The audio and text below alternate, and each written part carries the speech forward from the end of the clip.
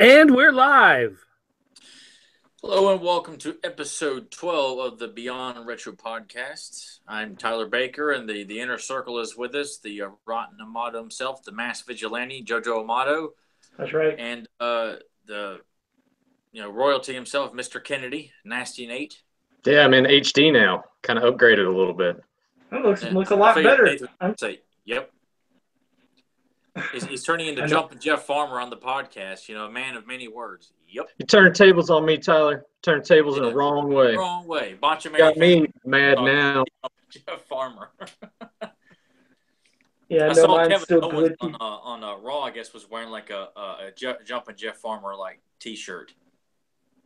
Where it says, "Oh no, that's what he's doing is I don't know if that's what he's trying to spoof, but remember they always had Daniel Bryan go spoofing. Oh, was it? Well, what I mean is, Daniel Bryan always says yes, yes, yes, and since Daniel Bryan is supporting Kevin Owens, now he's just doing the yup movement instead of the yes movement. He's doing the yip movement or something. I don't know, but yeah, that is what he did. I don't even think Tyler knows who Kevin Owens is. I do. I know enough. I haven't watched Raw or NXT, and I've never watched NXT.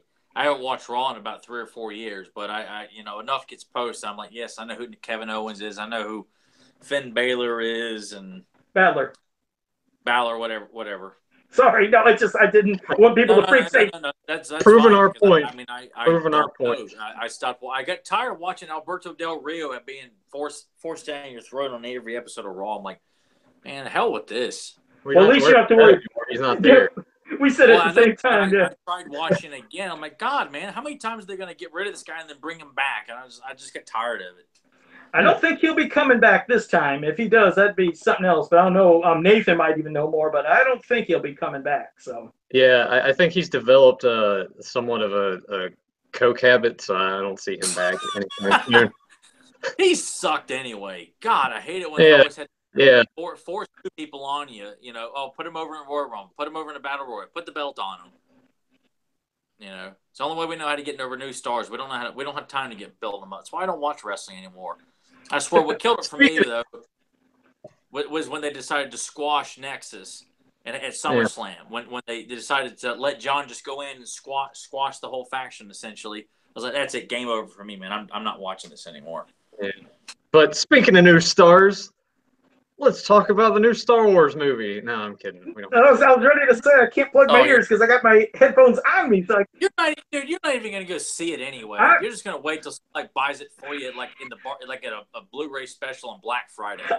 I might go see it at the theaters. And hey, I just want to say hello to JD. Movies in theaters. You're one of those. You walk around misers with a shawl around you. It's cold out. I can't go to the movies.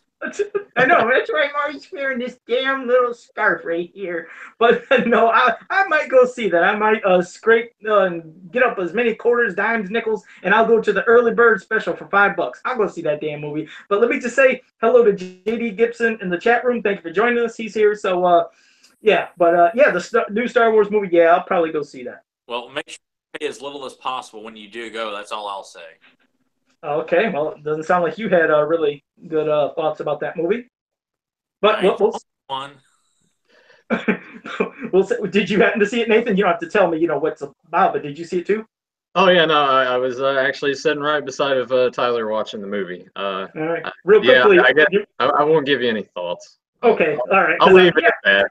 All right, I'll wait when I see it, then maybe we'll even do that. We'll babble that about an episode. I would hope that would be interesting. I would love it if Joe did go see it, so that way we could discuss it, Okay, I will. I promise I will. I promise I will go to theaters and see it, and maybe that'll be a topic after Christmas time. Maybe and let me throw this out, because it comes out next month, Joe. You have to buy it, so that way we can sit down and discuss it. Oh, I'm getting it. Yeah, I didn't go see it at the theaters, but I will get it on DVD, Blu-ray, or whatever. Yeah, I will. That's what we should do on the podcast too. Is that we ought to do like a comparison episode of the original and the remake kind of thing. That way we can keep it retro, but also discussing the remake. Because I'll be curious, because me and Nathan loved it. So Yeah, I'm sure. I mean, it definitely looked good. Yeah, we won't compare it to any parts of the book that were left out because, as we know, there was the big gang bang in the sewer and all that crap. Yeah, there's some parts to leave out. But, all right, well, Tyler, what's our discussion for today? So let the fans know when we get going. Well, this week we decided to talk about Joe and Nathan's favorite Christmas. Which, oh, really? Yeah. Since last week that seemed to be all we could talk about. We just I don't know how the hell we managed to talk about Batman Returns or anything else for that matter. Mm-hmm. Or the big Christmas movie special of Ghostbusters 2, because I mean when I think Christmas, it's always Ghostbusters 2. So there's that big one too. And Jaws 4 or whatever the hell it was. I don't know. Jaws the Revenge. The First Blood. I don't know. It was just so hard to top. Joe's. I got a Neo Geo for free. I didn't even ask for it. Nathan getting. I could talk about Christmas '89 when I got my original Nintendo and got Batman and Dick Tracy and Ninja Turtles for it, and was really excited. Got some turtle toys that you probably didn't get for Christmas '89. That would have been like really awesome, Yeah. Big-ass Christmas. Did you expect all that stuff, Nathan, or was that just a big old? Oh no, yeah, it was a complete surprise. All right, yeah, we should go in depth. That really pissed Tyler off, but no, we won't. We'll go into other discussions. What we're going to attempt to talk about are the Christmas classic specials that we grew up on as children, which I'm sure people who are older than us have their Christmas specials, and fortunately, all popular shows have got a Christmas episode at some point during their run. I mean, from He-Man, G.I. Joe, Turtles has had. I'm pretty sure Turtles had like at least. Well, maybe they didn't. I can't remember if Turtles had a Christmas episode or not. I imagine they did. Yeah, I think they did. I can't say right off, and I'm ashamed to admit that. But the traditional Christmas specials, such as like Frosty, Rudolph, the Charlie Brown Christmas special. Well, I'm sure all three of us will be touching on ones that the other two are probably not as familiar with or haven't seen at all, and. Yeah, I'm sure you both will probably say something I don't remember. But, of course, I did want to quickly again say hello to David McMullen in the chat room, too. Thank you for joining us. So, yeah, if you didn't hear it already, Tyler said we'll be discussing about a lot of the TV specials that we, experienced when we were growing up. Because there's been so many as he went through also. I wanted to even bring up some modern ones, too. But what's strange is some of the modern ones, and it's the thing, I'm like, oh, is it just the kid in me that wants to only like the stuff from the 80s or 90s and not appreciate now? But it's like in the 2000s, it's like, I couldn't think of many. Like only one came up that was kind of cool. I'll admit was kind of cool. It was, I think, Shrek the Halls that they had on one of the TV channels. But what I liked was there was one part of it. There was like these 3 stories, I think, in that. And it was one where the gingerbread man seen Santa Claus as like a villain because, Santa Claus is going to eat, gingerbread men, gingerbread and cookies. So when Santa comes, the gingerbread man seen him as like a villain or something. And I couldn't remember if he pooped, I don't know, candy nuggets or whatever it was. I was like, I got a slight kick out of that. But otherwise, I don't see many things. I don't know if they're trying too hard. Like, back in the day, just they were simple. They were fun. And hello to Motu Cave Dweller. He's in the chat room. He says he's late to the party. He said, happy holidays, everyone, and happy holidays to you, too. But I don't know. It's just there was some simplicity and fun with those classic cartoons or the claymation or stop motion. There's many. Let's get one thing straight here. What Joe is thinking of are the stop motion animation specials of Rankin and Bass, and not Will Vinton's Claymation Christmas or the Easter special or the Halloween special or the California Raisin specials that were done in these. That's claymation. Yeah, and that's what's weird is the claymation ones you talked about. You'd have to tell, I guess you or maybe Nathan both, let's tell me about the Christmas claymation one so I can see if I even remember this. I don't even know if I remember which one. I'm pretty sure it's probably maybe 20 minutes, if that.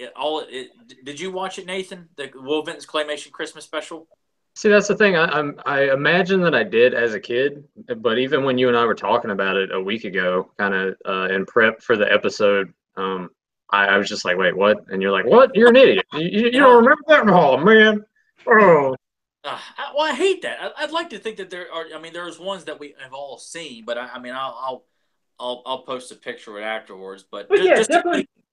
Just to keep it short and concise, it's two dinosaurs in like this town square. And what's so cool is Will Vinton was very detailed and built this like little town set. And the two dinosaurs are introducing these variations of classic Christmas songs that are done with like We Three Kings has got these three singing camels and these three kings. They're singing the song, but there's a bit of like kind of a kind of a rhythm and blues vibe when the camels start singing. There's one of the Carol of the Bells. And then to close it all out, which was my favorite part, is the California Raisins sing Rudolph the Red-Nosed Reindeer in like this Christmas town on Christmas Eve. It's covered in snow, and they just start, singing Rudolph in a very, hip hop kind of way. And I mean, what's the point? I mean, when you're describing dinosaurs and the California Raisins. I mean, it's just, I mean, but what was it about? Like, where was the place? Like, was it supposed to be in it was this fictional little Christmas town. Like I said, it looks so cool. It looks so cozy. But they're standing in the main square, and Herb and Rex are the two dinosaurs, and they're your hosts, and they're telling you, we're here to bring you all kinds of various Christmas carols, and they keep arguing over the word wassail. So you got these, dogs show up with a waffle cart thinking it's about waffles, not wassail. You got these little ducks showing up saying it's waddling, and they're giving out candy. And you got pigs showing up in a pig truck. And this is just, I've never heard of this. And hello, Paul Siebert. He's also in the chat room. Hopefully somebody in the chat room will join in too if they remember what Tyler's describing. I know one person who's heard of it, Matt Hilton, who I grew up with as a kid. He was very familiar with the Will Vinton Christmas special, but I'll maybe when we start sharing this episode for this week, I'll attach just to see is anybody out there familiar with this special besides me? But JD Gibson in the chat room. JD Gibson says he does remember that. So you got somebody in the chat room. Good. I'm glad to know I'm not the only one, because I know Nathan's probably got a couple of ones that he's probably saying the same thing for Joe, but I mean, let me at least throw out one that I know all three of us have seen is, the traditional Frosty the Snowman, not Frosty Returns. That sucks. Yeah, I didn't like that. The Frosty the Snowman, the one with, damn it, man, what's his name? Jimmy Durant playing the narrator of it, and was Professor Hinkle, the evil magician, and all that stuff. The one that CBS plays every year. Oh, that one is probably the most memorable. And also, welcome to JSP in the chat room. But go ahead, Nathan, start off, because, I think almost everybody here in the chat room has to remember Frosty the Snowman, definitely. Yeah, I mean, like Frosty and Rudolph and all of those, like I watched constantly as a kid, but I'll admit to you now, I haven't watched any of those in probably 15, 20 years. Oh, yeah? Really? Yeah, I mean, like, towards, I wouldn't say like high school years, I started to just reach this point where like. You're not watching anything but like the SmackDown Christmas specials, where they've got like the Rock singing Christmas carols with the Big Show and doing eggnog wrestling matches and stuff like that. Yeah. Where like Stacy Kubler and Tori Wilson are like stripping down into their bikinis and there's dear God, eggnog in a pool and everything. No, that would be my Christmas special, but yeah, go ahead. No, just. And Tyler and I were talking about this too, Joe, and I don't know how you'll kind of feel about it, but I would say ever since about junior, senior year of high school, like I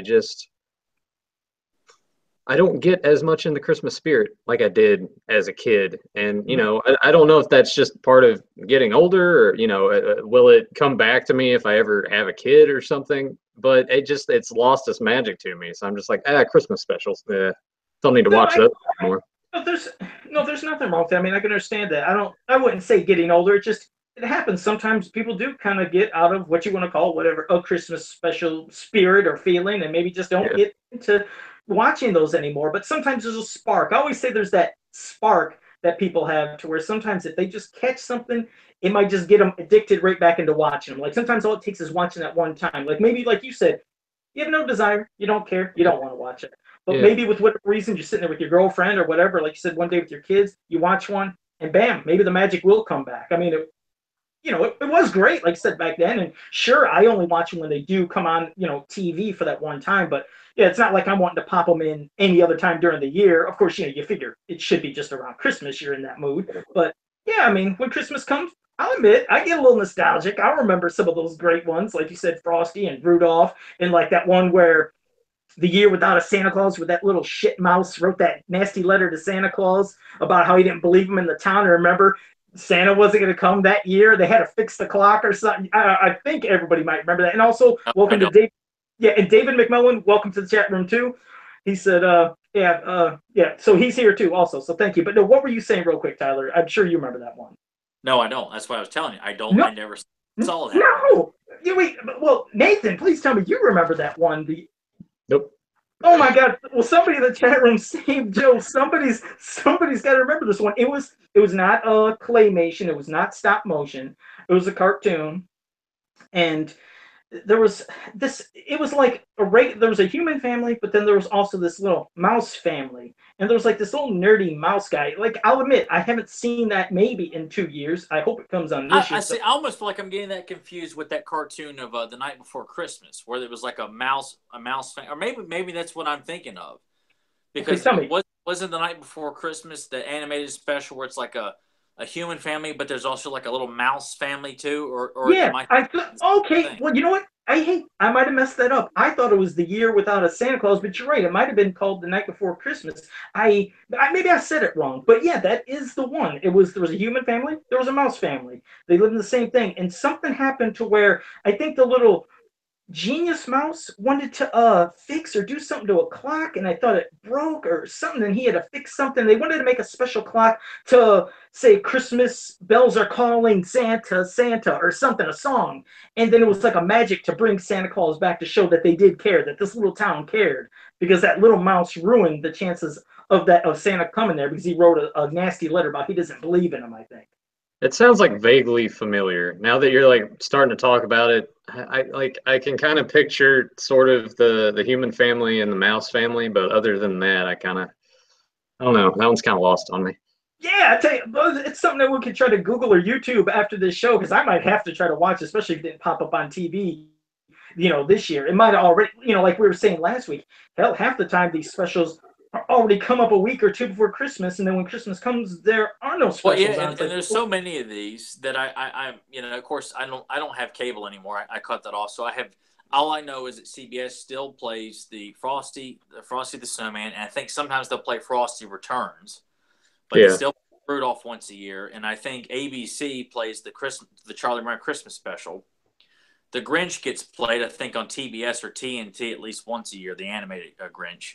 Mm-hmm. But stuff like Garfield's Christmas, which to me I hold it in my top 2 Christmas specials of all time. I don't recall ever seeing that on TV ever. I've got a VHS converted to DVD that my mom recorded Frosty, Charlie Brown, The Grinch, Garfield's Christmas, and the Claymation Christmas in that order on VHS, and that's how I watched them every year. I never really tuned in to watch them on TV. It was just VHS that Mom recorded for me and my brother to have and watch every year. So we would have these, and I actually put it in the a couple of weeks ago. My brother and my sister-in-law and my little nephew were here, and it was playing. It still got the grainy VHS quality. Even some of the 80s commercials from McDonald's, Doublemint gum, Nestle Toll House morsel cookies, all these old commercials, Sawyer D. God damn! I mean, that is so cool, because you're right. A lot of the stations don't, like, I have not seen the Garfield Christmas probably since it first ever aired. I have not seen it since. I've never seen the Claymation one. I mean, I wish I could get a burn things that you had. Burn, if you could ever burn one, because I'd love to see the graininess. Like I said, if you got, it's from the same people that I made you that copy of the He-Man vintage commercials. It's the same people who did that, converted that VHS. And what's cool at the beginning of this, I also had another VHS tape of me meeting Michelangelo, the Ninja Turtle, at one of the local video stores here in town. They had a guy in a Michelangelo outfit doing a meet and greet with kids at King Video. So I have that at the beginning of this DVD with me being, I think, 6 years old, wearing a button-up shirt and acid wash jeans, go over and giving him a high five and telling him I like pepperoni pizza. That's cool as shit. No, I gotta see that. I got to see that DVD, man. And Motu Cave Dweller, he also said the same thing. He said he loves the Garfield Christmas special. He said used to play on CBS, he believes. Yes. He said that opening song cracked me up first time I heard it. And, well, I guess you would know it too, Tyler. I had no clue of anything of that cartoon. Well, see, that's the thing. When my mom recorded it, she and I that's why I only had to go by. Like there were parts of the Charlie Brown Christmas special that she didn't catch, but when I actually saw the whole thing in its entirety, I thought I was more used to watching the way my mom recorded. She missed it maybe like 5-10 seconds. And then the Garfield Christmas special, I never saw the beginning. It just starts where John walks in saying, "We got a busy day ahead of us."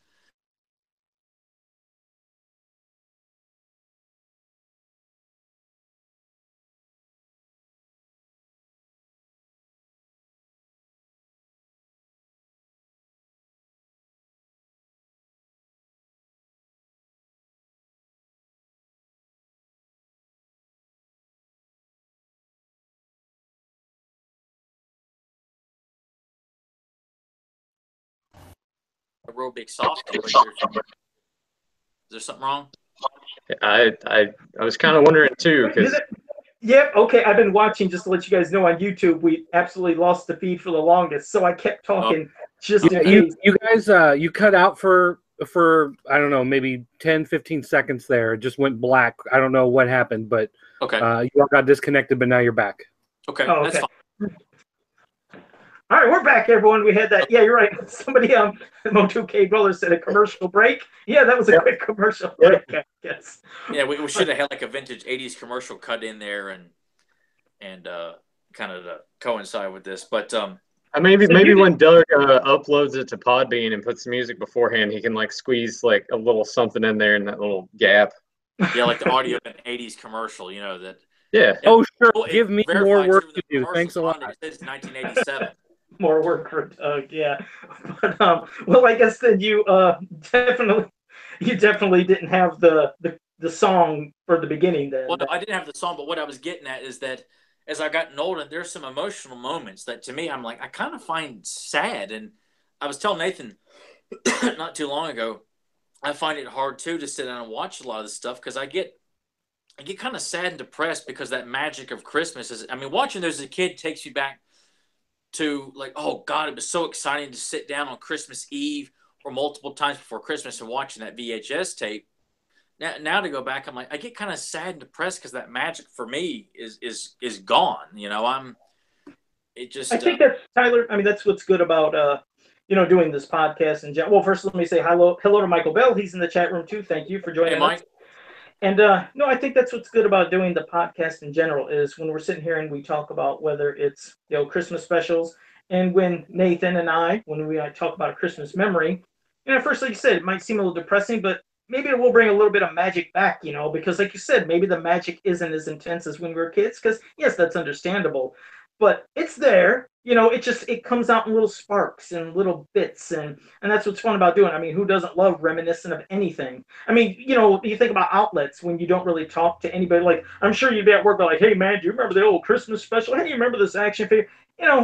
Usually don't do that at work. But also what I mean is like when I watch these now, the emotional moments in some of these cartoons, they hit me harder than they didn't hit me at all as a kid. Like I just saw it as like I love this whole thing, but I watched the Garfield Christmas special, and when Garfield goes and finds these old love letters to give to Grandma as a gift to her that she hadn't seen in 20 years or so, the music gets emotional and she thanks Garfield and pats him on the head, and then Odie comes over and gives Garfield a gift, the back scratcher, and then Garfield gets sentimental and just wants to hug Odie for him. Like even thinking about it now, it just. And that doesn't help when I'm like, this stuff is more, it's touching, but it's also sad and like, God, man. Yeah, we look at it a different way as adults, as kids. I mean, when I watched Frosty the Snowman, kind of messed up to see Frosty die in front of little Karen, right in front of her eyes. Can you imagine if they'd animated that where Frosty's like melting in front of this little girl? Like her big buddy is just dying right in front of her. And that's what's weird is, when we were kids, some things maybe didn't hit us as hard as the sad parts. Maybe there was not a certain connection of an emotional level. Maybe our brains can't process as much. I do remember as a kid when Frosty did melt, I remember being sad, but you're right. Some other shows, like maybe you said the letter and the part with the grandmother and Garfield.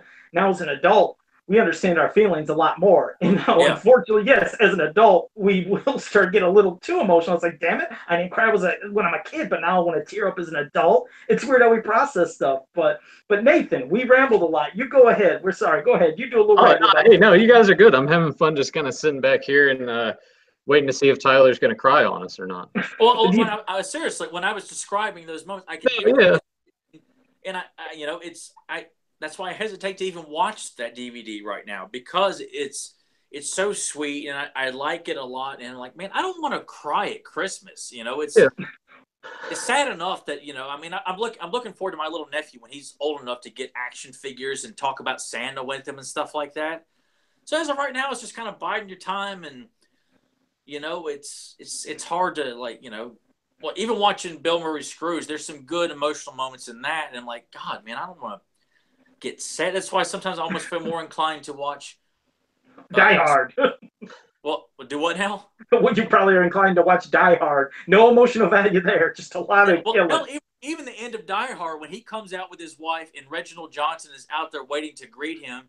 Oh, that hug! Damn! You're so damn happy that he made it out. They know each other without even seeing each other. And just look, yeah, plays, and you're like, God, man, this is so exciting. Did they? Bruce is laughing and crying at the same time, and I'm like, God, man, I'm just like a big damn softie. Like I cry at everything now. I feel like even an action movie like that will make me tear up because I'm like, God, he made it out, man. They get to too bad. Picture that picture that it happened at the end of the movie, so I could just see Tyler walking out of one of the most action intense movies, and he's crying. Everybody's like, what the hell movie did this guy see that was so sad? He's like, I seen Die Hard. It's like, what the hell is he about? It's so damn intense. When it is, and it didn't used to be that way. It's when I got older, and when I watched that end, I'm like, oh man, this is so emotional here. And the Charlie Brown Christmas special is another one.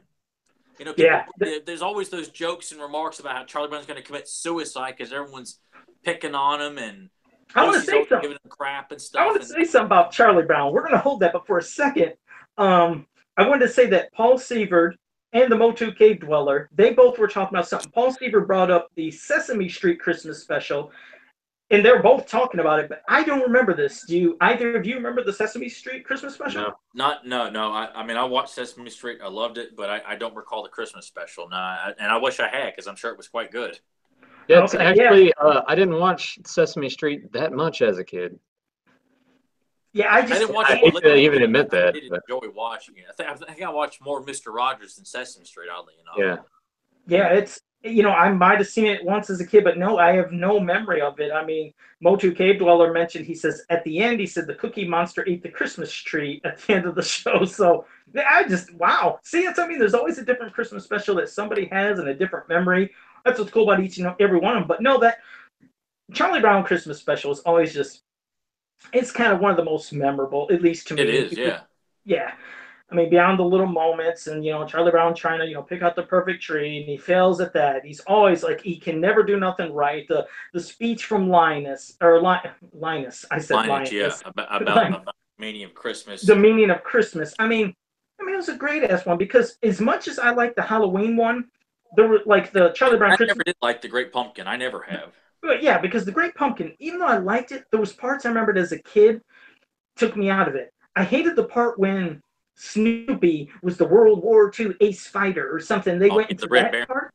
Yeah, I hated the sound of the music. It's like it took me out of the Halloween mode. And I always felt so bad for Charlie Brown. I was like, what the hell did he do to deserve rocks every time he held his bag out? I was like, you're surprised this poor kid who was tormented didn't grab them rocks and just throw them right back at their house through the window. I was like, what the hell did Charlie Brown do to be picked on by even adults? Like, here's your rock. Here's your rock. I felt so damn bad for him. And then the Christmas special, he's trying to pick out the perfect tree. He's like, it's not such, and then I think Linus says, it's not such a bad little tree. And he, wraps his blanket around it. They put the bulbs and, of course, get all the decorations from Snoopy's house, because he wanted to win an award. And they made the tree look great. But it was just such a pitiful little tree, but it was a good episode. It was a memorable one. But Nathan, go ahead, because I rambled. Go ahead. If you got it, at least remember, I hope Charlie Brown Christmas. Who doesn't own the Charlie Brown Christmas tree? Like, Tyler's got his set up on his coffee table at his place now. You know, like a replica. You mean you got the actual Charlie Brown Christmas tree? I had tree? the first one they released, because this one didn't come with a blanket, so I grabbed a little blue bath towel that was the same color Linus's blanket, and every year I wrap that same towel around. Now it's standard. You know, you get the blanket with the tree, but this was years ago. You know that I honestly didn't know they sold that. I didn't know they sold them. I didn't know that. Yeah. But I mean, like, it's just all of them that we've talked about, and, you know, some of the ones I haven't seen, but, you know, just, yeah, your Frosties and Charlie Brown. And I mean, one for me is the Mickey's Christmas Carol, which, you know, had what was it? Because they've kind of changed it up over the years. I know that there's that, and then before that, I want to say there's one with like Huey, Dewey, and Louie having a snowball fight with Donald. Yeah, but the one you're talking about, Mickey's Christmas Carol, the original one, yeah, that one is a great one. Go ahead. Yeah, and, you know, speaking of like kind of getting emotional, when I watched that one a couple years ago, you know, when it goes into Mickey's family and they just have like this little tiny meal and everything. I don't know. It just like it did something to me that I'm just like, wait, what's going on? As a kid, you know, like you realize what's happening and you understand it, but as an adult, I guess it's just like, wow, you know, he's doing what he can, and this is the what he has to show for it. I don't know. Like that gets to me, and it made me with Tyler getting all sappy. It's kind of like in Dumb and Dumber when Jim Carrey's crying about the telephone commercial. Yeah, I'm stuffing dollar bills in my nose to clean up my snot and everything. You're like, oh God, you know, that's pretty much that's a great representation. Of course, I'm not wearing a bathrobe or anything like that when I'm sitting, you know, in my apartment, you know, bawling like a baby. Yeah, like that, but great. I get what Nathan's saying about that. I mean, to watch, you know, a Christmas Carol like that as a kid, you know, you're immune to the views of an adult where you just see, oh, they're poor, and Scrooge is learning about this stuff, but it doesn't really hit home because of course, I had a soft spot for people in less fortunate situation as a kid. You know, I you know, not so much that I would start crying at something like that, but I got it, but nowhere near as much as an adult, you know. But then again, too, I watch A Christmas Carol now, and I'm thinking, why the hell do we feel sorry for Bob Cratchit when he keeps having all these kids and he can't support one, let alone a whole brood of 5, 8? And we're supposed to feel sorry for this guy? Dude, this guy needs to figure out, you know, either to pull out or start wearing a condom. They didn't have them back then. They had no. It was if they were poor. I guess that was their way of just passing the dime. Better to do than sit around and procreate. I'm like, you know what? You wouldn't be so poor if you stopped having so many damn kids. He had quite a few of them, but no, that Mickey's Christmas Carol. It was. I'm not talking about Mickey's Christmas Carol. I'm talking about a Christmas Carol in general. I'm not saying. I'm not trying to make it hardcore. Like Mickey, you need to take wear it easy on Mickey. Just wear. No, I knew you weren't talking about Mickey. I was just transitioning back to that because, you know, I always liked all the interpretations of Christmas Carol because, like I said, how we said with Scrooge, you know, last week, and there's always a slight twist and a spin to them. And then when you had Mickey's Christmas Carol, because, again, you're a kid, cartoon, who didn't like Mickey when they were a kid, and cartoons. So their different spin was, you know, when you seen the bird, like Nathan was saying, when she took that bird out, I mean, it was just so small, like that was all their meal was going to be. And I thought I even remember them trying to slice a pea, or I don't know if I'm thinking of another cartoon. No, yeah, they tried to slice a pea. Yeah, it just, yeah, it was so sad. And then finally when, you know, Scrooge McDuck, you know, when he finally sees the light and he comes over there trying to act like he's all mad, because in the other Christmas carols, he didn't come over on Christmas Day. He went to his nephew's house in like a Christmas Carol and that kind of stuff that he went to, his nephew's. But in this one, he goes to, you know, like you said, Cratchit's house. And on Christmas, and I think he brings a big bird in that sack, but also he's trying to act real mean and tough. And I don't know if he was acting like it was laundry to do or something, but I thought like even a toy fell out, and I thought one of the kids seen it, but just to see what he did, how he changed his way, brought them food, brought them toys, and because you're right, just seeing how sad Minnie Mouse looked with Mickey, you know, about Tiny Tim. Oh man, you're right. Anytime I see any of the Christmas carols and you see poor Tiny Tim, and when you see Scrooge's thoughts of, you know, this poor little kid and what could happen to him. Yeah, now as an adult, these things get you a lot more than when you're a kid. When you're a kid, maybe a little. but it changes when you're an adult. When you're an adult, like we said, emotions and thought come into play a lot more, and it makes these things memorable and a little sadder. But yeah, like I said, you can get in the Christmas mood with some, but then also you get in the sad Christmas mood. So like Nathan said, God, if he's kind of like not really in the mood, and then he gets back and he goes to the sad ones, it's like, oh God, it's like all depression. It's like one depression to Christmas depression. Now, Joe, do you remember like the ones that played before that too? Like, do you remember the one where it's Chip and Dale in the Christmas tree and Pluto's like trying to get to him the whole time? Do you remember that one at all? You were mentioning something about like the snowball fight. Yeah, the snowball fight. I thought even one of them ended up looking like a snowman or something happening with the snowball fight, but something sounds slightly familiar. They're things I might have seen, but not with a great memory, not as much as Mickey's Christmas Carol and Rudolph and Frosty and the rest of them. So you'd have to tell me more about it, because it's like I just can't remember it as well. Yeah, like with when I watched it as a kid, it was an hour-long special, and Mickey's Christmas Carol was at the very end. But before that, they had a couple of other ones, and I think it went in the order of like the first one was the snowball fight with Donald and his nephews. And I want to say the second one is like, Mickey's at his house, and he's trying to decorate his Christmas tree. Chip and Dale are in the tree, and Pluto recognizes them. And he's trying to like get him out of the tree, and he ends up kind of like messing up the tree and everything. Damn, I remember Tyler, I don't think you even recall any of that, right? It never played, and I never saw it ran as a kid, but I had heard of it and knew of Scrooge McDuck, and eventually learning that that's kind of where the character from DuckTales came from. Scrooge McDuck came from the Christmas special. But real quick, not to interrupt, but I just wanted to say that Michael Bell in the chat room said that, Nathan, are you thinking of House of Mouse? Is that what it was called? He says it's the House of Mouse. I don't know. I want to say they just called it like a Mickey's Christmas special, and then like had all of that stuff together. Just these multiple different little Christmas stories. I mean, it may have been called that. I really can't remember. Yeah, that's. I mean, my memory is just for certain things I just can't remember at all. I mean, some things, like you said, were just a combination of a lot.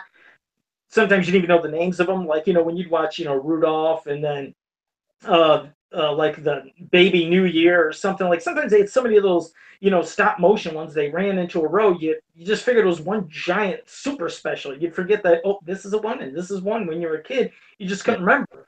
But also JSP, I didn't remember this, and I know Tyler would have to. He said Bravestar had a Christmas Carol type episode. Did you remember that, Tyler? I haven't come across that one yet, and I've got the entire set, but I guess I just have not come to that episode. I've watched almost the entire series, so I'm surprised I did not. I guess I clearly just did not catch that episode. Oh, yeah, because I actually don't remember. I have no doubt that there is. So I hate that I have not come to that, because I'd like to if he knows the name of it, tell him to write the name down, so at least that way I could look that up and find it on the DVD set.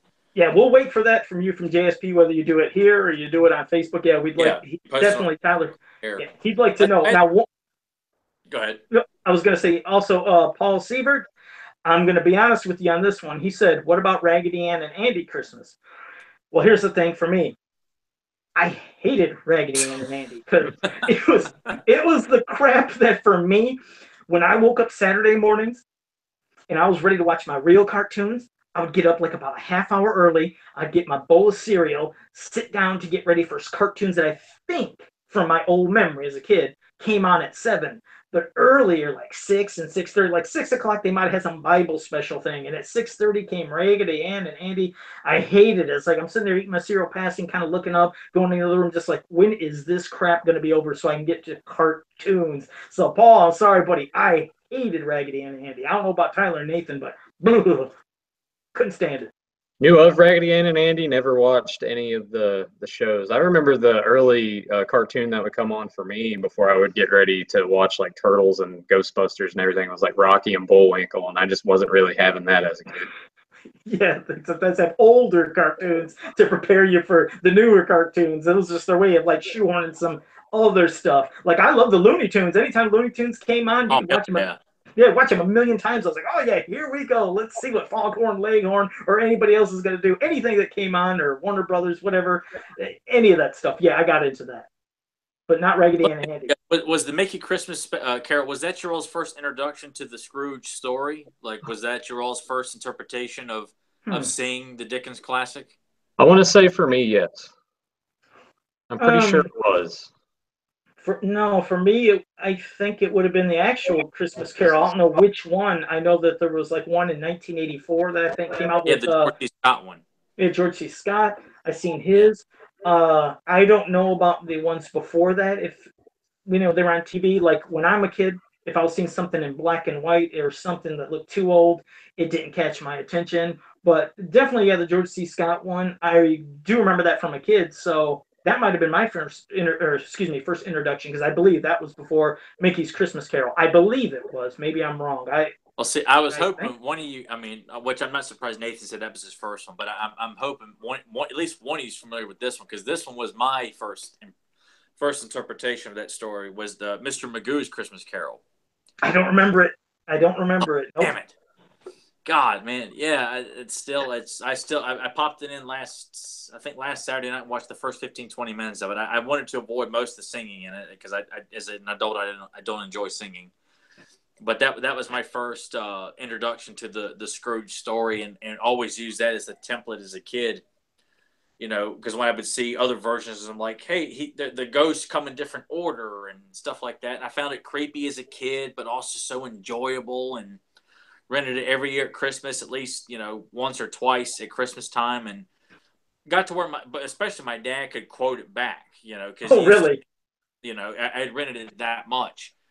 And what's cool is that keeping it with the Christmas special, when I was in kindergarten on USA, they advertised a back-to-back block, and apparently they did this multiple times at Christmas or around this time that same year, but they were advertising the He-Man She-Ra Christmas special followed by Mr. Magoo's Christmas Carol. Oh, no kidding. And that was my first time of even finding out that there was a He-Man She-Ra Christmas special. So when they were saying that they're playing this and Mr. Magoo's Christmas Carol back to back, it was on a Monday night, and I found the exact commercial. It's on YouTube, but the one that they're playing is advertising Christmas Day at 4:00. As opposed to 7 o'clock on Monday night.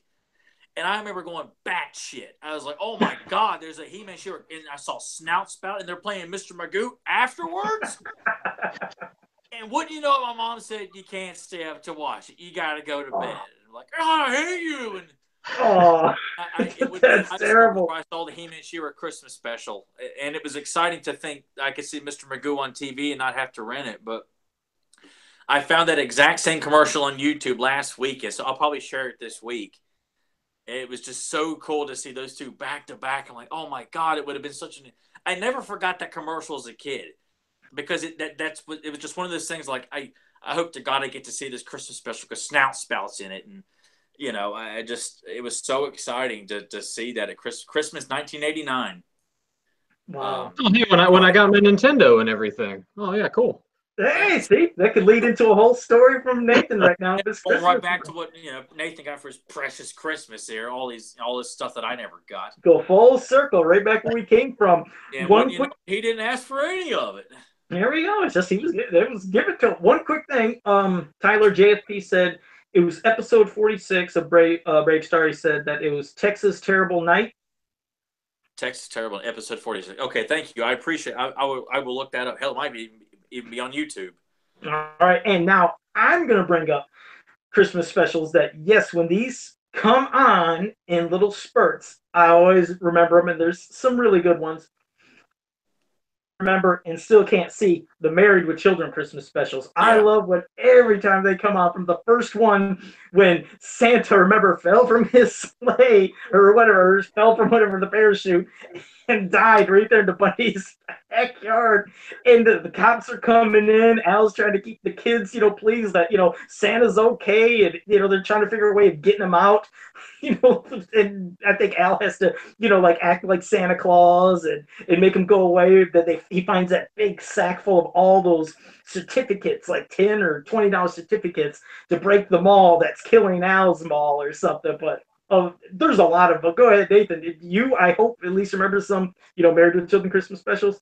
I remember a couple of them, but some of them are kind of vague. Like I would catch Married with Children, kind of mostly in syndication. I would catch a few of them when they would come on, but around that time too, like at my parents' house, like I had a TV in my room, but it didn't have cable on. So like anytime I wanted to watch TV, I would have to like go in the living room with them. And even then it was always like, if it's at night, I'm pretty much stuck watching what they watch. So, lots of Golden Girls and Empty Nest and it's Empty Nest. Oh man, that was an awesome show.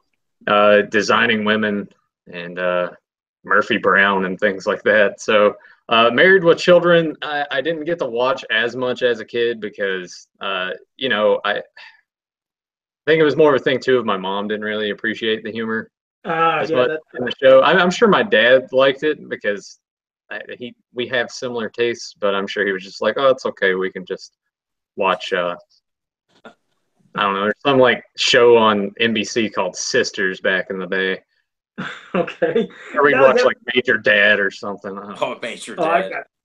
No, there was so many of those Married with Children ones. It was like even the two-parter where Al's seen what it would be like if he was never. It's a Wonderful Life. Yeah, and of course, Ted McGinley, the guy who eventually plays Jefferson, he ended up playing the guy that would eventually marry, Peggy. And then it was like his last name was Jablonski. So I remember they went, whoa, Jablonski. And then I looked at the screen like, oh, Jablonski? But Sam Kinnison's in it. He's supposed to be his guardian angel that snapped and hated his, own wife. And Al said, you're supposed to help me, huh? And then when he sees how great Peg's life is, and Kelly's got straight A's and she's a virgin, and Bud's such a good guy that protects the females from any onslaught, and their life is perfect. And Al said, oh gee, this is great. He says, what are you going to do next? Go back in time and show me the night I was supposed to be conceived and see my dad invent the condom? It's like poor Al just had no luck. But that was a good one. And then the one where a big jukebox fell off a truck. And Bud found it, and Bud and Kelly are trying to find a way of getting it, like, I guess, upstairs in Bud's room behind Al while he's watching TV with Peg as they're arguing on what they want to watch on TV. Every year they argue, no matter what's going to be on. And they just had this whole quest of trying to get this thing up and doing this, like, pulley system. And eventually the thing busts, but Al, like, sits there. He snaps as he's watching TV. He says, Peg, every year we sit here and we watch TV. It's the same thing. He's like, I hate TV. I wish they invented it. I wish there was no TV. And the power went out. And the power goes out. And he's like, what are we going to do, Peg? There's no TV. And she says, well, I could think of something. He said, be serious, Peg. And he said, I'm sorry, there's no TV. I'm sorry. Then the lights come back on. It's just, oh, man, those damn Christmas specials, I eat them up. And I know, Tyler, you probably remember every one of those damn specials, too. Yeah, I know the one you're talking about right off too. Yeah, so I mean, I've since seen many of them as well. I mean, from that, and I mean, there are certain shows to this day. Like I still like watching the Seinfeld related Christmases, the Frasier Christmases, and I don't get down and depressed about those. Fortunately enough, it's the kids stuff that eats away at me, But I mean, like those. I mean, there's in the Spectacular Spider-Man cartoon, there's in the second season, Spider-Man takes on the Sinister Six in Times Square on Christmas Eve, and I'm like, God, this is awesome! Like an action-packed episode, saving the girls and saving New York from the Sinister Six. Fighting inside a mall and around Times Square at the big Rockefeller Center. I've never seen that. I never seen that. I never knew they had it. Nathan may have seen it. I got him turned on to that show. But, yeah, no, that was towards the tail end of the run, right? There was only 2 seasons. It was at the beginning of season 2. Can you YouTube it? Because I'd like a link. I think so. I think Spectacular Spider-Man. I forgot. I think the episode's called Group Therapy. I think. Okay. Yeah, where the Sinister Six reunites in season 2, and they go on a mission on Christmas Eve to bring out Spider-Man. So he's fighting Vulture and Electro. Then he fights Sandman and Rhino, and then he fights Kraven and Mysterio. fights them in pairs of 2 in various parts of New York, and then the final battle is inside a shopping mall. I'll have to check that out. It's a great action episode at Christmas, and that's one I remember trying to show my dad, because my dad was always a fan of the Rhinos. I'm like, hey, Rhino's in this episode. You want to check it out? He's like, okay. So I showed it to him, and it was just like he would kind of just like frozen. Like, did you like it, Dad? He goes, what? It was just like he was completely oblivious that I was showing him anything, and I was just like, okay, fine, whatever, There you go. There with that. You started sparking everything in the chat room, because now people are saying they remembered, like, Family Ties had a Christmas Carol episode, and I used to watch Family Ties. I just don't remember that, Paul. Yeah, I used to watch it as a kid too, but not enough to where I could remember anything. It's not a show that I just had to go back and revisit, but I loved it. I loved it as a kid. No, it was a great show. And JSP also mentioned Moonlighting had a good Christmas special. He says, as did G.I. Joe. Yeah, and Cobra Claus is coming to town, yeah. See, and I never, like I said, because of my name, I never watched G.I. Joe. I got heckled in school so much, everybody saying, yo, Joe, they made me hate the cartoon, so I never watched G.I. Joe. I know it sounds bizarre. Never watched the cartoon. That's understandable. That's completely understandable. Yeah, every day, when you hear that, every day, yo, Joe, and it's not like they're being mean. It's just like, I'm tired of hearing the shit. It's like, it just got so tiresome. I was like, I'm just not watching this cartoon. All right, let me ask you about this. Now, what about, since Joe's touched on a bit of raunchy, I know Nathan has the Beavis and Butthead Christmas special. Yeah. Oh, yeah. Oh, yeah. You guys will have to spin on that. Nathan will have to shoot on that. I don't remember. No, I mean, it's basically just kind of a different take of It's a Wonderful Life. But it's, do what? They spoof It's a Wonderful Life and A Christmas Carol. Yeah, and it's basically like Beavis is sitting down to watch a porno, and Ghost shows up, and it's kind of like, well, here we go. Yeah, but it's also some of the funnier bits is kind of in between, because you got Beavis Butthead dressed up as Santa, and Beavis is there as a reindeer, and they're like reading off letters. I guess I don't know. I'm imagining they were real letters that people had mailed in, and they're just kind of like riffing and making fun of everybody. And there's like, what is it that Butthead does? Like he says, like Beavis starts to say something, and he'll like whip him. Yeah, when he tries to get involved, because he's got like the mouthpiece in his mouth, and Beavis, if Butthead like wants him to shut up, he'll start cracking the whip on Beavis, and I gotta just reach into my sack here, and when I'm watching this as a kid, I'm thinking that real women wrote letters saying, hey, dear Beavis and Butthead, you're all I want for Christmas. I have really big thingies, and they're kind of like freezing up as they're reading this, and I'm like, I'm knee deep in puberty at this point. I'm like, oh God, man, these guys are so lucky, man. Girl with big boobs wants them, and and they're doing that, and then they also they always would riff on music videos. So if you actually watch the full special, they're making fun of I think there's 2 Christmas related music videos that they make fun of on the special, along with Beavis doing an Ebenezer Scrooge thing where he works at the McBurger place, and the principal McVicker works there, working hard, and Beavis is like really hard on him and stuff. And so various ghosts come to visit him and tell him he needs to be nice and treat people better. And he's watching a porno called Ebenezer Screw with Tiny Johnson and Bob Scratchit, and he's flipping through the channels, seeing different Christmas specials like RoboCop Saves Christmas and I'm Mad About You and I'm Mad About Christmas. And it's just so funny that they're riffing on like what Christmas does to like rated R movies and TV specials, and he's getting pissed off. Like, I'm trying to sit here and watch a porno, damn it. And, oh yeah, I'm definitely gonna have to YouTube it, because I have no. So funny. And then the Butthead, where they're spoofing It's a Wonderful Life, saying that if you had never been in Beavis's life, he'd have been working at a soup kitchen with Stewart and everything. Oh, yeah.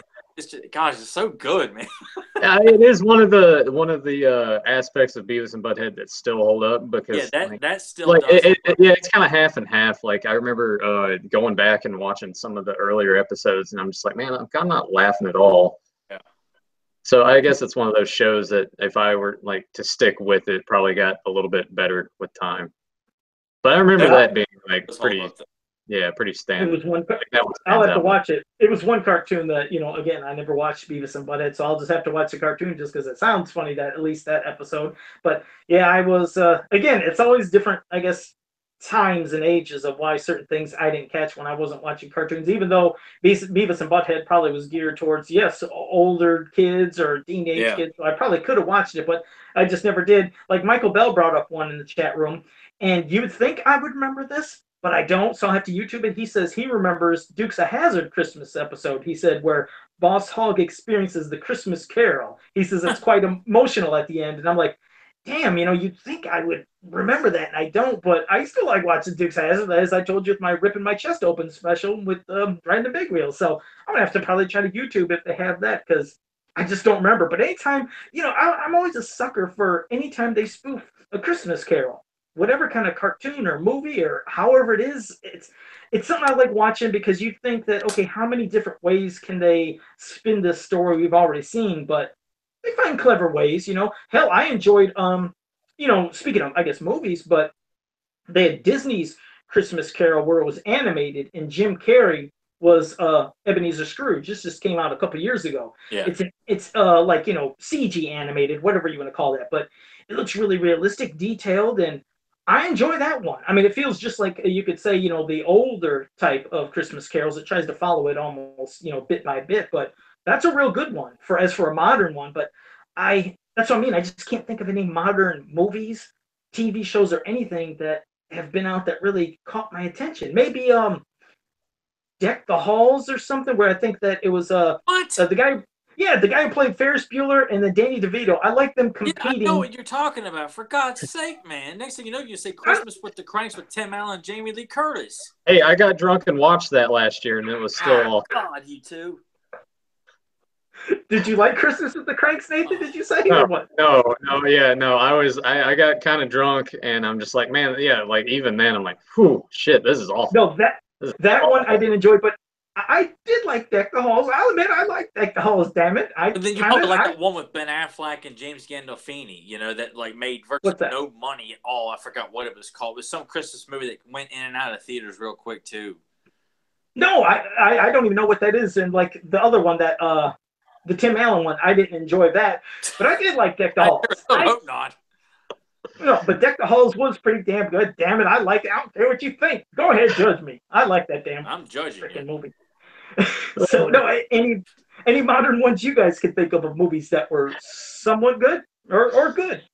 I can't think of anything modern. I mean, Frasier and Seinfeld is about as modern as it gets for me when I watch something that's been made in the last 20 years. I tend to stick with, it's Scrooge with Bill Murray, George C. Scott's Christmas Carol, and then the various Christmas cartoons that I've mentioned on the podcast. I mean, it's See Disney's Christmas Carol, the one I mentioned, Jim Carrey one. That is really good. You would like it. I promise you. I refuse, because at that point, that's when Jim Carrey was making nothing but just god awful paycheck films. But this is good though. This is a whole animated thing. It's completely different.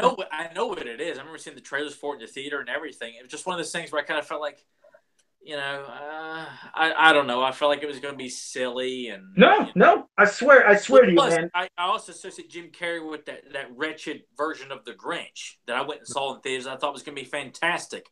Me and my brother saw it. I'm like, dude, man, that movie sucked. Well, this one is just, trust me, it is different. It's one that I really enjoyed. It felt like the old ones, but it's just more of a animated style. But it didn't get hokey. It followed the other almost bit by bit. It had emotional parts. It felt serious, but no, it wasn't cornball stuff. It wasn't like party favors popping out of his ass or his head or any goofy stuff.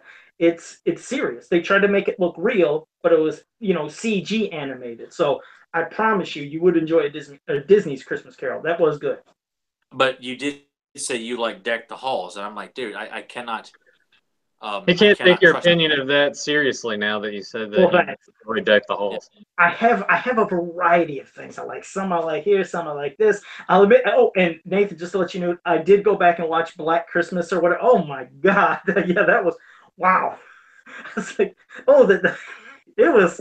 I don't even know if I'd have liked it as a kid, but it was different. Thank you for recommending it, but the killer and the way he would talk, like he talked so weird on the phone you could barely understand, but I know that was the point, to kind of freak you out of you don't really hear what he's saying, but it was different. It was it was different. But I watched it. Thank you for recommending it, because I did want to at least say I seen it. It was just different. I didn't know if you said you did or not. That part when she's up in the attic and she gets the bag put on her head, like that was kind of and then you just leaves her up there in the window. Oh yeah, because he got that one girl in her room. She was like, she thought she heard her pussy in her pussy cat. I'm sorry. I don't get to hear Joe say the word pussy, and here it's like you get to hear pussy. I'm like, was she queefing? Sorry. Hey, well, no kids. Hey, this isn't Fans of Power. Thanks. Well, that's the thing about Beyond Retro. We don't really we're not. It's not like we go into cussing fits, but if I thought it's okay. I thought her cat's name was Pussy in it. That's why I meant. But anyway, she's calling the cat's name, and she goes to the closet, and yeah, then the guy just jumps out. He leaps at her through his, mask view, so you're seeing it through the eyes, and he puts a bag over her and, suffocates her. And then, just like Nathan said, he takes her up into the attic and just leaves her in the window. The whole time she's there, but I guess it's something nobody ever really looked up at, and they never found her through the entire movie. And eventually they couldn't hear her pussy. That's why they couldn't find her. Right. So yeah, because at the end it's left to where they thought they got the killer, and I knew they didn't, but I was like, okay, you're police. You didn't check this whole damn house. You didn't go up into the attic. You didn't check everywhere. So even the old house mother, she's left up there dead in the attic. But yeah, it was different. I'm sorry. Yeah, it's not like it's not super great or anything, but it was kind of innovative because like POV shots, all that stuff, like that's kind of before Halloween came out, so it's kind of it's kind of a neat piece of history, and to me, like something to be visit around this time of year. One that I would recommend. Now, sorry, Joe, I kind of interrupted you again. No, you didn't. Go ahead. But one that I watched recently that's on YouTube, so any of you guys check this out, or if any of you have heard of it, it's called Treevenge, and it's directed by the guy that did Hobo with the Shotgun. I know Tyler's heard of Hobo with the Shotgun, Joe. I don't know if you have. It's basically kind of like being in the perspective of the trees, like feeling them when like these guys come out and they start like chainsawing the trees down, and they kind of take revenge. It's only 16 minutes long, and it's on YouTube, so I should YouTube it. It's really gory. It's I had a lot of fun with it. I'll definitely YouTube it. It's just like, damn, now I'm wishing we would have, around Thanksgiving mentioned some others, because I tell you what, I'm gonna mention a Thanksgiving horror movie that you guys, I don't know if you can YouTube it. Called like the horror trailer Thanksgiving. Wait, what did you call it? Joe doesn't know. Nathan knows what I'm talking about. But, oh yeah, no, the fake trailer before Grindhouse. Yeah, thanks. Oh, okay. No, the movie you guys got to see one way or another. If you just like, me and Nathan are suckers for this. Tyler might think it's absolutely moronic, but I'm telling you, Nathan, you would just love it as how silly and ridiculous. It's called Thanksgiving, and it's okay. Is that the one that Troma came out with? It's the one with the killer turkey. Okay. There is a killer turkey in this movie, and even at one point during the movie, the turkey is supposed to like kill this one guy, skin his face, and he's wearing. Imagine a turkey, a small turkey, wearing the skin and the face of some guy that's supposed to be this one girl's father. And I think he comes to the door, rings the doorbell. The turkey is, just the size of a turkey, and she opens the door and looks down. And he's like, "Hey, honey." He's like, "Oh, hi, Daddy." It's like. So fucking stupid. It's like she thinks it's her dad. It's a turkey. It's so stupid, but damn it, I love it. Thanksgiving. You gotta see it. Watch it. I'll give it a spin. I know Tyler. Just as soon as you said a killer turkey, he was just. Which I've heard of this film, and no, I'm not devoting an hour and 20 minutes of my time to watch it. Oh, Nathan will. Nathan loves that cheesy stuff. Oh, just trust me, Nathan. Especially like you said, when you get drunk, it'd probably make it even better for you. But oh, please see Thanksgiving. It is fantastic. All right, I'll give that one a spin, and I'll tell Tyler to watch it, and he still won't do it. No, yeah. Oh no, he won't. He won't. But I love it. I just love how horrible it. It's so horrible. It's good. You have to see it.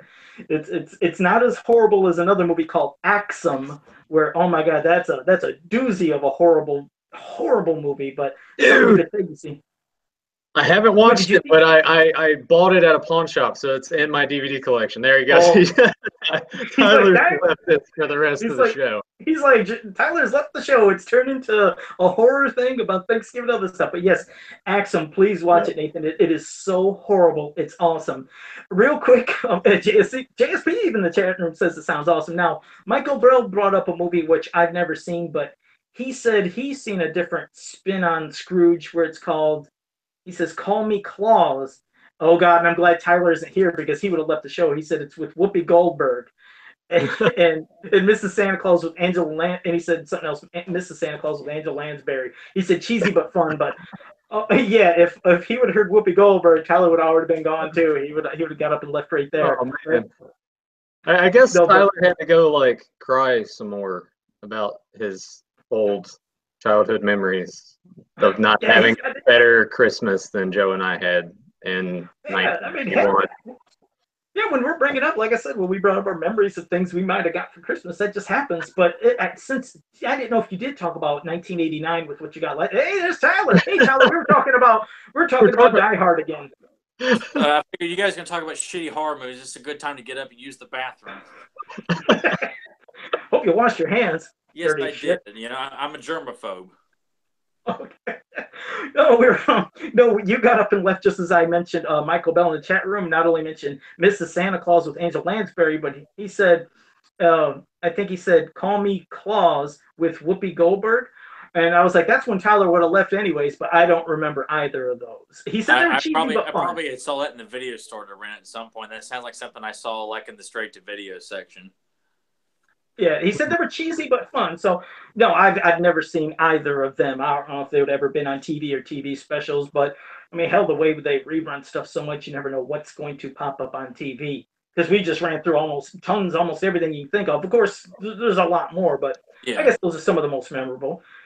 But yeah, Tyler, I guess maybe before we wrap it up, we'll have to have you maybe think of one final thing, and then maybe Nathan would have to do a childhood Christmas memory. I said, what? Then Nathan will have to do a childhood Christmas memory just for you. Yeah.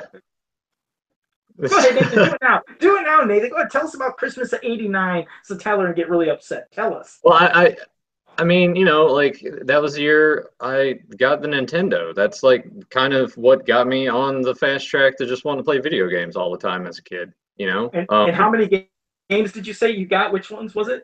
I got Batman, Dick Tracy, and then the first Turtles game, which was, you know, that it was kind of weird and had a lot of characters in it that had nothing to do with Ninja Turtles. Was that the one where you could go like three, like, you know, you had the overview where you're driving around, then you go on the sewers? Is that the Turtles?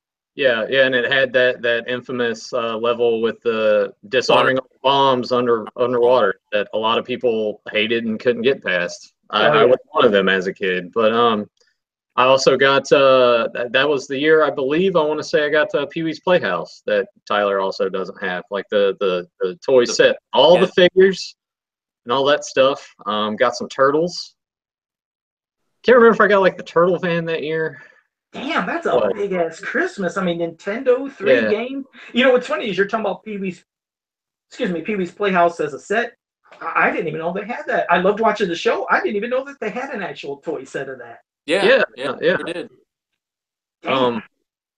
did. Like just Google search that and check it out. It actually had a lot of little interactive pieces for it. It's pretty elaborate for a toy set back in the day. I mean, it's such a big cardboard play set, but to see it, I mean, they incorporated like the floor that you know, they incorporate a lot of the stuff. I mean, because so it was a play set that had like a floor, but then a cardboard background too. You mean, or something? It actually like folded up into like a carrying case.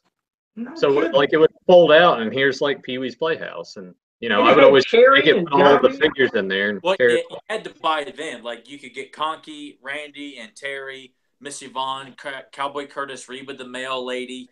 You could buy King of Cartoons. You could buy all those. But the place did it come with Cherry? Huh?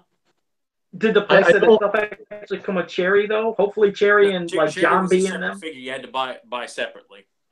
I want to say that maybe like if you bought the Playhouse, it may have come with Pee-wee and his scooter. But yeah, that was the kick. I think that's the only way you could get the scooters if you got the play set. Yeah, but all the other. Any of that? Yeah, I got all of it. I'll have to dig it out and display it and take a picture and send it to you. No kidding. I think fans would even get a kick out of that. That's pretty awesome. I bet you that's a set that's probably, I assume it's probably expensive on eBay because, I mean, I just never heard of it. It's not too bad. I mean, I can't remember. Like, last time I looked was a while ago, and I want to say it was maybe a little over 100, but I think that was with the box too. So it's not too bad, all things considered. Okay. Damn, you had an awesome There is Christmas a Playhouse Christmas special, by the way, to tie it all back to Christmas. Oh, was? See, and I couldn't remember because I haven't seen Goldberg is that show.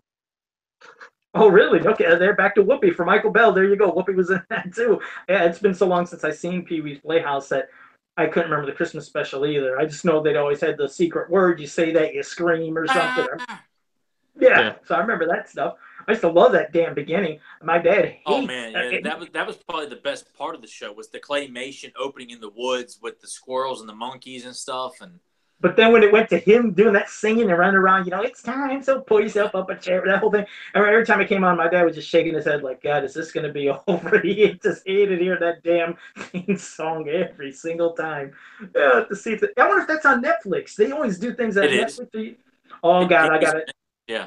Oh, God, now I got a Netflix. Everybody Netflix Pee-wee's Playhouse, and then maybe we can catch the Christmas special on there. But, oh, Jesus. Well, Nathan, thanks for that awesome memory of your Christmas thing, just to rub into Tyler's face, because that's a lot of good stuff. Yeah, anytime. Yeah. That's a lot of good stuff. But go ahead, Tyler. Any closing thoughts from you before we wrap it up? Hopefully we ran down, a large variety of Christmas specials that will kind of either intrigue people or make them decide they want to go back and revisit. But it was fun going down memory lane there. And, for our previous Christmas episodes on YouTube and on Podbean, check out the Facebook, Beyond Retro Facebook page. Joe, Nathan, myself, and Doug are all on Facebook.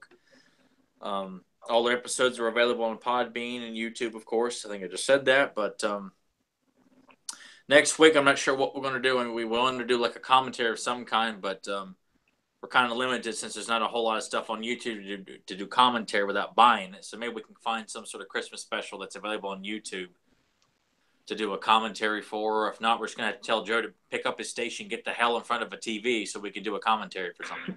Yeah, Joe will have to figure out some way of doing something. I'll see what I can do. But we'll figure out something maybe to wrap up the final Christmas episode for this week, or for this month, excuse me. But that's all I have to say about tonight's episode.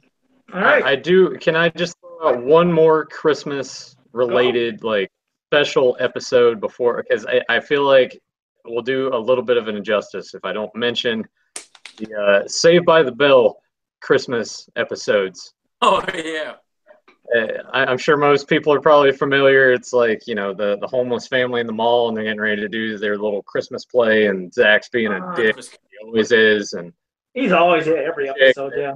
Yeah, it's like, oh, wait, you're not really eating much. Oh, it's because she's poor, and he just doesn't understand it because he's He always likes rubbing everything in their faces like you showed the other time. But we're going to be doing Saved by the Bell in the future. Don't worry, we're going to have some good discussions about that TV show. Definitely about damn Zach. What a prick. Oh, Zach wears an awesome sweater in the Christmas special. Like when they have the poor girl and her father over to the house, he's wearing like this awesome multicolored Bill Cosby sweater, man. But they take the family in at the end of the episode, and then you never see them ever again. Yeah. So annoying.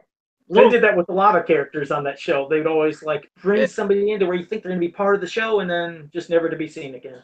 Yeah, they just get rid of them. Yeah, they send them packing after Christmas Eve, and they're probably still living in their car. That's terrible. But no, yeah, that was a good one to bring up, though, Nathan. Yeah, so that's more future stuff. But well, I wanted to thank absolutely everybody that was in the chat room and all your feedback, and especially, the episodes and TV shows and anything you were bringing up. It was pretty cool because, like you said, there's so many of them. We can't think of them all, and I'm sure we missed quite a bit of them. But no, it was fun having every one of you. But yeah, so Tyler told you where to go, and you can catch us, always on Facebook at the places he mentioned. And yeah, that's pretty much it. So we'll catch you next week with maybe a commentary for something, a movie, a cartoon episode, but it'll be another Christmas-related themed thing for this month. So, yeah. So thanks again for joining us, and we'll see you guys next week. Later. See you guys.